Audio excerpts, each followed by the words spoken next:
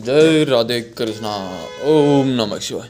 गीता में सभी धर्मों का सार भरा हुआ है। संसार में जितने भी ग्रंथ हैं उनमें गीता जैसे गूढ़ और उन्नत विचार कहीं दृष्टिगोचर नहीं होते। गीता के साथ तुलना की जाए तो उसके सामने जगत का समस्त ज्ञान तुच्छ है। गीता वर्तमान समय में भी शिक्षित अशिक्षित भारतीय या भारत के सभी समुदायों के लिए सर्वथा उपयुक्त ग्रंथ है। गीता जैसे विलक्षण एकता तथा समता सिखलाने वाला अपूर्व उपदेश ने कहीं नहीं दिखाई दे पड़ता।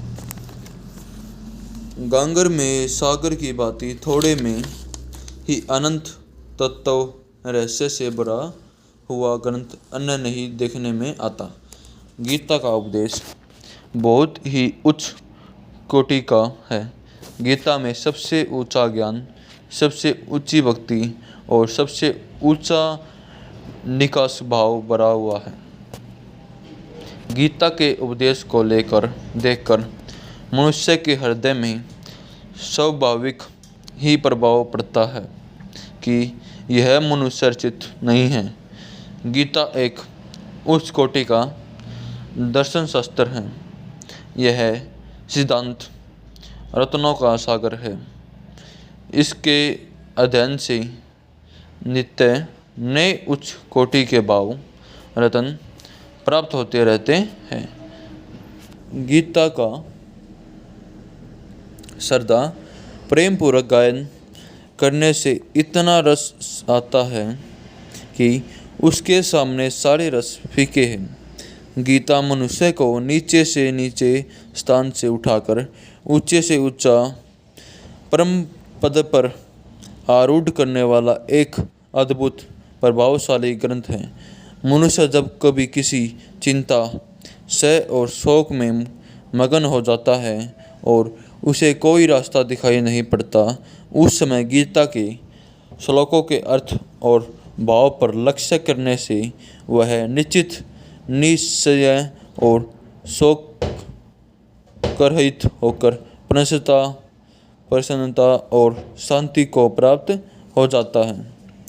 गीता में बहुत से ऐसे श्लोक हैं जिसमें से एक श्लोक का यह उसके एक चरण का भी यदि मनुष्य अर्थ और भाव समझकर अध्ययन करे और उसके अनुसार अपना जीवन बना ले तो उसका निश्चित ही उद्धार हो सकता है।